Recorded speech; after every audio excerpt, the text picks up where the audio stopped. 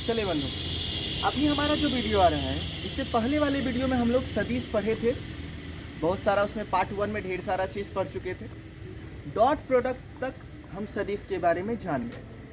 अब हम इससे आगे जानने का कोशिश करेंगे। तो हमारा 4 पॉइंट क्लियर हो गया था। अगर आप 4 पॉइंट को नहीं देखे हैं तो सबसे पहले उस पार्ट को जाके देखिए, ठीक है।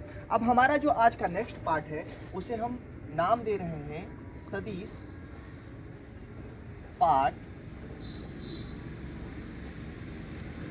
ठीक है। समय को बर्बाद नहीं करते, चलिए स्टार्ट करते हैं।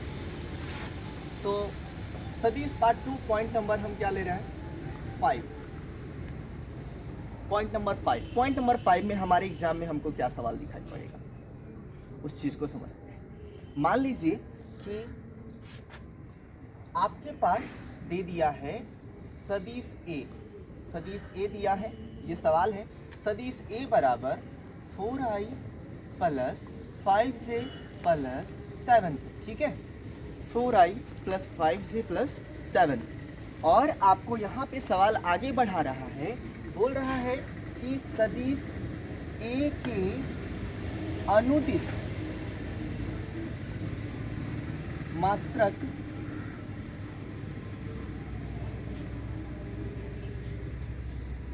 सदिश ज्ञात करें। सदिश ए के अनुदिश मात्रक सदिश ज्ञात करें। तो कोई सदिश अगर दिया रहे और हमको उसका अनुदिश मात्रक सदिश निकालना हो तो उसके लिए एक छोटा सा फॉर्मूला होता है। उस चीज को आप देख सकते हैं कि यदि सदिश ए के अनुदिश मात्रक सदिश को निकालना हो, इसका फॉर्मूला है सदिश ए बाय ए का परिमाण। मतलब कि जो भी सदिश दिया हुआ है उसमें उसके परिमाण से भाग दे देने के बाद अनुदिश मात्रक सदिश पता चल जाता है, ठीक है। जैसे अभी हम इसका अनुदिश मात्रक सदिश निकाल रहे हैं। आपको एग्जाम में 2 नंबर का सवाल ये पूछ सकता है कि सदिश ए का अनुदिश मात्रक सदिश होगा, ठीक है।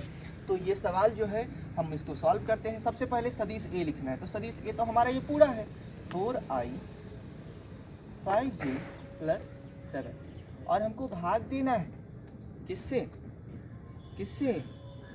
सदिश ए के परिमाण से। अगर आप पिछले वीडियो को नहीं देखे हो तो पहले आप पिछले वीडियो को जाके देखो, ठीक है। सदिश पार्ट 1 में ये बताया गया था कि सदिश ए का परिमाण कैसे निकलता है।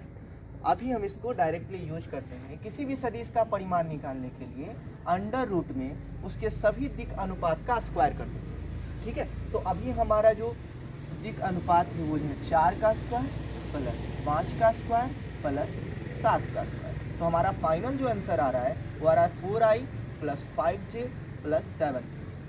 और इसको सॉल्व करने के बाद 4 का स्क्वायर कितना हो जाएगा 16, 5 का स्क्वायर 25 और ये 49, 41 और ये 49 मतलब 90। ये हमारा फाइनल जो आंसर आ रहा है वो आ रहा है 4i प्लस 5j प्लस 7 के बाय। आप अगर चाहें तो इसको वैसे ही छोड़ सकते हैं। अगर आप ये चाहते हैं कि अलग अलग कर दे तो एक बार लिख लीजिए 4 बाई अंडर रूट 90 आई फिर plus 5 by under root 90 i फिर plus 7 by under root 90। Clear है? चलिए, तो आप एक बार इसका स्क्रीनशॉट लीजिए, जल्दी क्विक लीजिएगा। चलिए, आई होप आप स्क्रीनशॉट ले चुके हैं। आते हैं अनुदिश मात्रक सदिश पे ही एक और सवाल को लेकर, ताकि आपको पूरा बात क्लियर हो जाए। चलिए,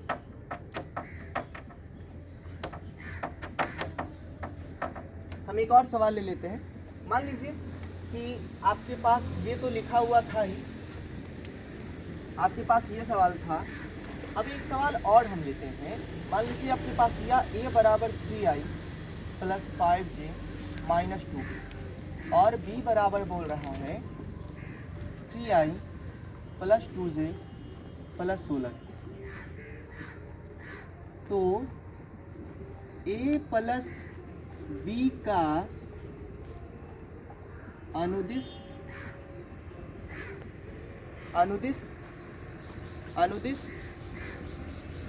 मात्रक सदिश, या थोड़ा बात को समझिए।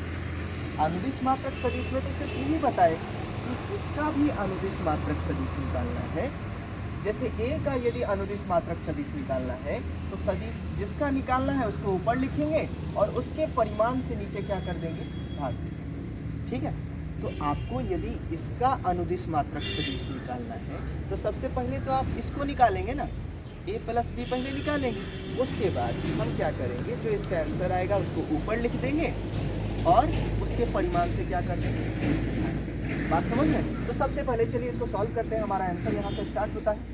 सबसे पहले हम निकालेंगे सदिश a प्लस बी।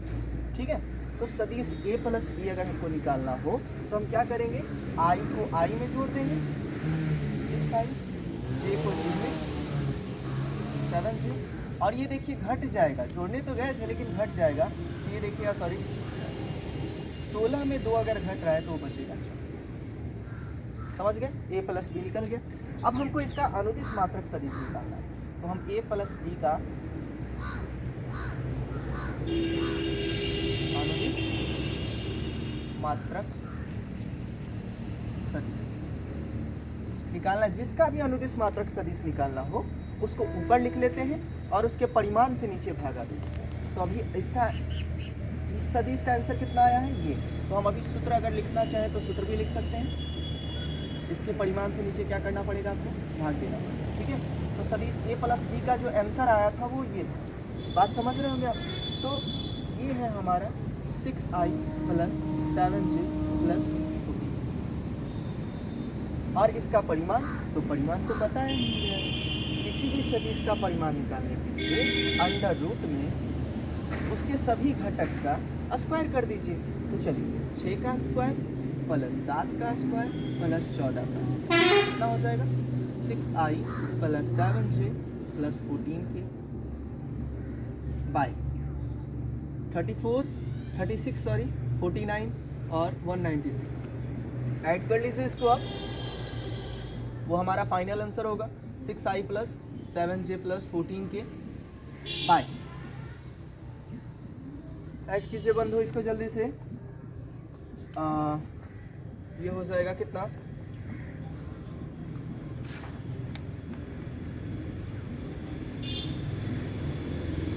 शायद 281 होगा, आप देख लीजिएगा, हो सकता है मिस्टेक हो कुछ। इसको ऐड करके यहाँ पे हम क्या कर देंगे, अगर आप चाहें तो इसको आप इसी, या इसको आप अलग अलग ऐसे लिख सकते हैं, 6/281i 7/281j प्लस 14/281। क्लियर, इस तरीक़ा से हमारा अनुदिश मात्रक सदिश खत्म हो जाता है। हमारा पॉइंट नंबर 5 खत्म हो चुका है। चलिए स्क्रीनशॉट ले लीजिए जल्दी से।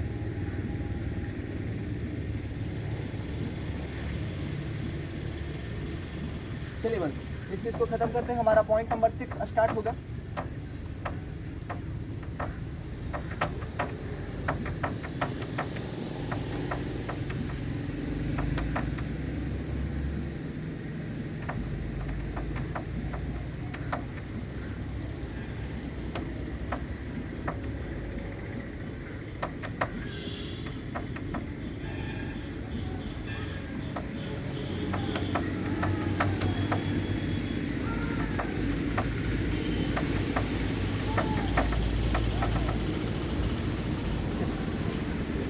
हम लोग आते हैं पॉइंट नंबर, हम लोग पॉइंट नंबर 6 की तरफ चलते हैं, और हमारा पॉइंट नंबर 6 जो है वो ये जैसे आपसे कहा कि यदि सवाल पूछेगा कि जांच करें कि, सवाल देखिएगा लिखा रहेगा वहाँ पे, क्या सदिश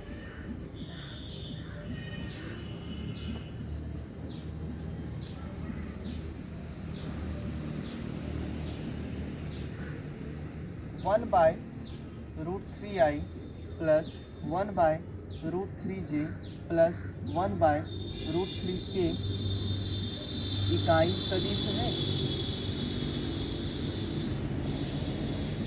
यह हमारा सवाल है, क्या सदिश जो दिया हुआ है वो इकाई सदिश है।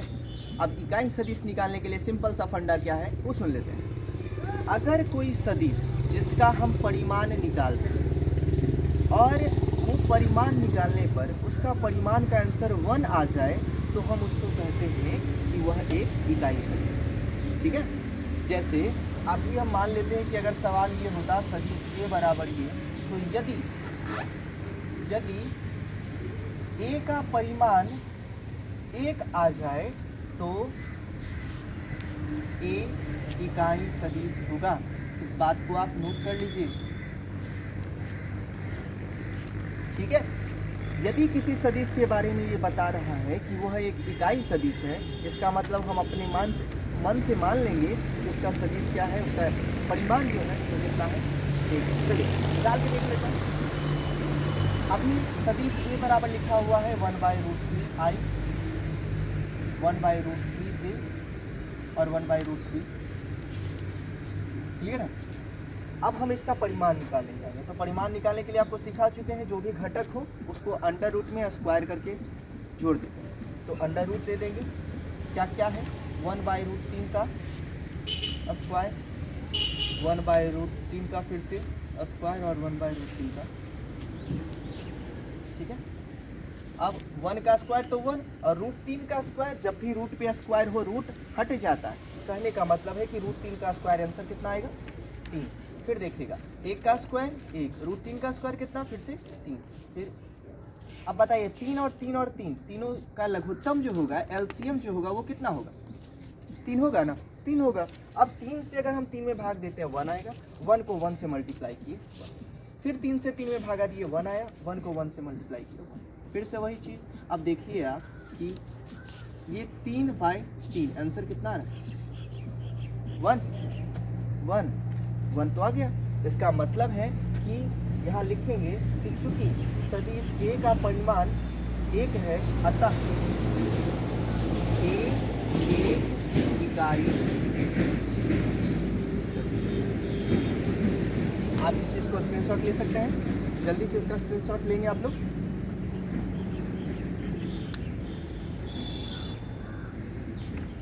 शायद आप स्क्रीनशॉट ले चुके हैं।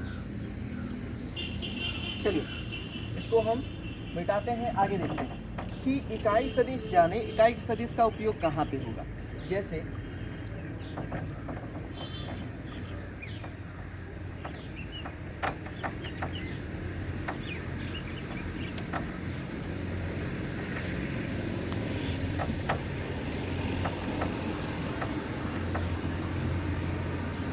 जैसे बात को समझिएगा, आपको कोई पॉइंट आया कि सदिश ए तथा बी इकाई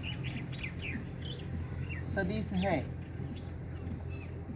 ठीक है, इकाई सदिश या यूनिट वेक्टर है। यूनिट वेक्टर मतलब इकाई सदिश है, दिया गया है तो आप अपने मन से ये लिख सकते हैं कि सदिश ए बराबर कितना होगा, सदिश ए का परिमाण कितना होगा 1 और सदिश बी का भी परिमाण कितना होगा। शायद आप बात समझ रहे हैं, ऑटोमेटिक ये ले लेंगे, ऐसा मैथ आएगा आगे, इसीलिए इस बात को बताया जा रहा है। इस पॉइंट को आप नोट कर लीजिए, कई बार आपको ये ज़रूरत पड़ेगा। ठीक है, चलिए एक बार पूरा आप नोट कर ले ढंग से, स्क्रीनशॉट ले सकते हैं। हम आते हैं अपने पॉइंट नंबर 7 की तरफ।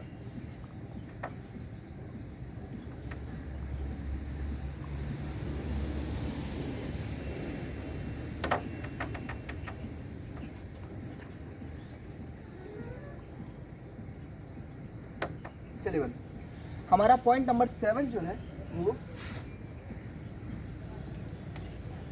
है, पॉइंट नंबर 7 ये कहता है कि 2 सदिश दिया हुआ है और आपको 2 सदिश मान लीजिए कि आपको दे दिया सदिश ए बराबर 3i प्लस 4j माइनस 6 और सदिश बी बराबर, एक सदिश तो ये हो गया, और सदिश बी बराबर दे रहा है 4i 3j 4। ठीक है, और बोल रहा है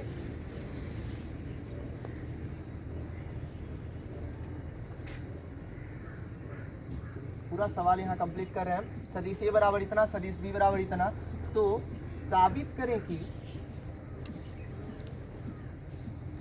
करें कि ए और बी परस्पर लंब है या ए लंब है। तो जब भी दो सदिश दिया रहे और हमें ये साबित करने बोले कि साबित करें कि ए तथा बी परस्पर लंब है, तो एक नियम कहता है वेक्टर में कि यदि दो सदिश का डॉट गुणनफल का आंसर 0 आ जाए तो वो दोनों सदिश जो होता है लंब कहलाता है। कहने का मतलब नियम जो है, जो हमारा नियम कहता है वो ये कहता है कि यदि ए डॉट ई बराबर 0 हो तो ए लंब होता है बी। चलिए चेक करते हैं। हम क्या करेंगे, सदिश ए डॉट बी करेंगे। सदिश ए क्या है हमारा 3i प्लस 4j माइनस 6 और सदिश बी क्या है 4i प्लस 3j प्लस 4। ठीक है, अब हम यहाँ पे डॉट करेंगे। डॉट का नियम तो आपको हम बता चुके हैं। क्या बताए हैं कि i वाले को i वाले के साथ, j वाले को j वाले के साथ और k वाले को k वाले के साथ करते हैं। ठीक है, तो 3 को यदि हम 4 से मल्टीप्लाई कर रहे हैं तो 12 हो गया। फिर 4 को यदि हम फिर से 3 से मल्टीप्लाई कर रहे हैं फिर से 12 हो गया। तो आप क्या करेंगे, 12 तो होना ही। फिर आगे बढ़ते हैं, यहाँ माइनस है और यहाँ प्लस है। आंसर में क्या है माइनस। फिर यहाँ देखिए 6 को अगर हम 4 से मल्टीप्लाई कर रहे हैं तो 12 और 12 कितना 24 माइनस क्या 24 में 24 किया। फाइनल सॉल्यूशन जो हमारा आया वो क्या बता रहा है कि ए डॉट बी का आंसर कितना आ गया 0 आ गया। इसका मतलब है यहाँ लिखेंगे चूंकि ए डॉट बी बराबर 0 है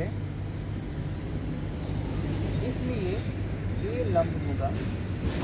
शायद आप समझ गए होंगे कि दो सदिश परस्पर लंब कैसे चेक। दो सदिश का डॉट गुणनफल यदि 0 आ जाता है तो हम बोलते हैं दोनों सदिश क्या है परस्पर। शायद आप समझ गए। एक बार स्क्रीनशॉट लीजिए जल्दी से इसका।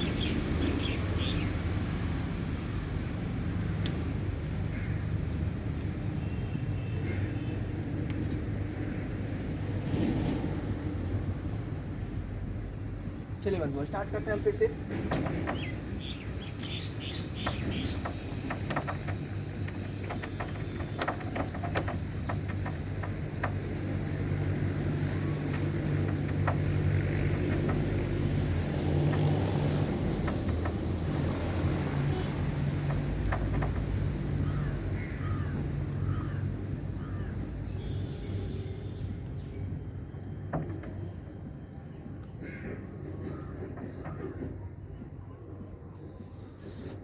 चलिए बंधु हम लोग क्या करते हैं, आते हैं पॉइंट नंबर 8 की तरफ। अब लंब तो हम चेक कर लिए। अगर मान लेते हैं पॉइंट नंबर 8 हमारा ये कहता है कि मान लीजिए आपको दो सदिश दिया रहे। ठीक है, दो सदिश दिया हुआ है और आपसे पूछता है कि दर्शाएं या जांच करें कि ये दोनों सदिश जो है समानांतर है या नहीं। जांच करना है कि सदिश ए या बी समानांतर है या नहीं। तो मान लीजिए कि आपके पास लिखा हुआ है सदिश ए बराबर 2i 4j और 8 और सदिश बी बराबर लिखा हुआ है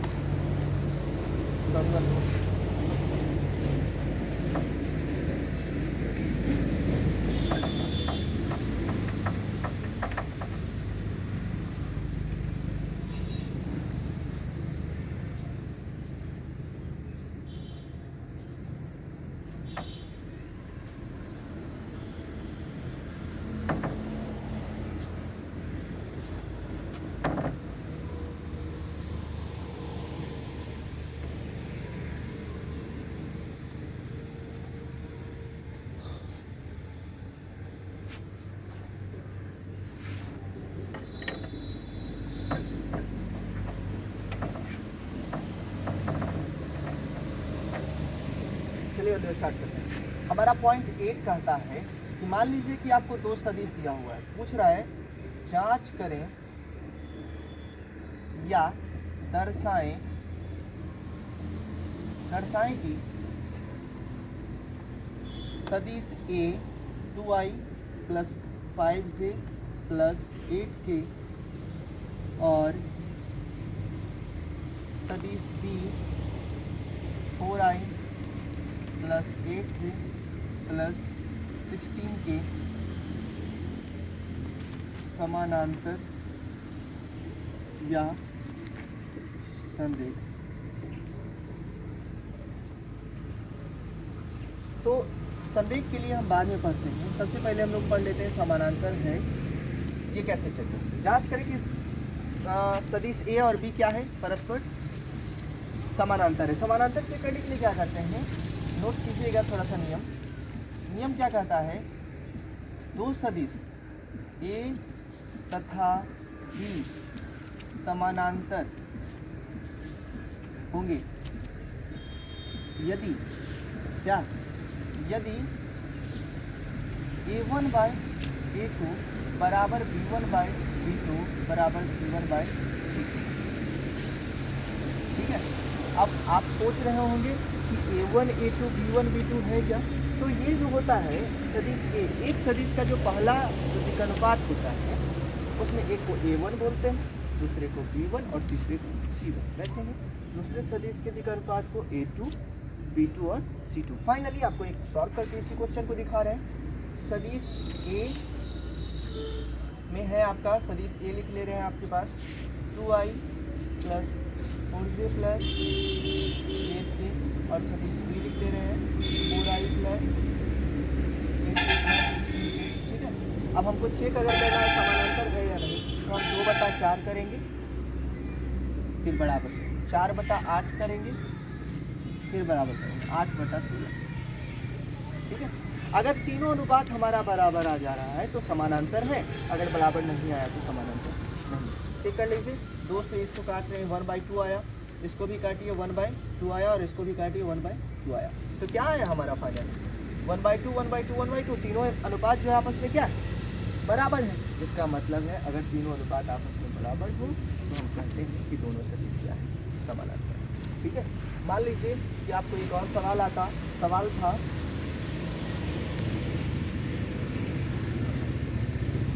क्या सदिश 3i plus 5j plus 10k 7i plus 6j plus 8k समानांतर है। तो कैसे चेक करेंगे, हम क्या करेंगे, a1 बाय a2 बराबर b1 बाय b2 बराबर c1 बाय c2 चेक करेंगे। ठीक है, a1 क्या है 3, a2 क्या है 7, 3/7, b1 क्या है 5, b2 क्या है c1 10, c2 कितना है 8। क्या आपको लग रहा है कि तीनों अनुपात आपस में बराबर है? नहीं है, तो यहाँ लिखेंगे चूँकि a1 by a2 not equal to b1 by b2 not equal to c1 by c2, अतः a तथा b समानांतर। शायद समझ गए होंगे बंधु इस पार्ट को। चलिए, हमारा पार्ट 2 जो होता है यहीं पे एंड होता है। हम आगे के पॉइंट को 8 पॉइंट तक हो चुका है, अगले पॉइंट इससे आगे के पॉइंट को हम लोग नेक्स्ट वीडियो में देखेंगे। पार्ट 2 तक खत्म हो गया। पार्ट 3 में हम लोग 9 पॉइंट से लगभग 4 या 5 पॉइंट तक देख लेंगे। ठीक है, आपसे रिक्वेस्ट यही है कि आप इस वीडियो को ढंग से देखिए। अगर आपको कोई भी पार्ट समझ में नहीं आ रहा है तो आप उसको फिर से कमेंट में हमको बता दीजिए, ताकि हम उसका फिर से ढंग से वीडियो बना सकें। ठीक है, थैंक यू।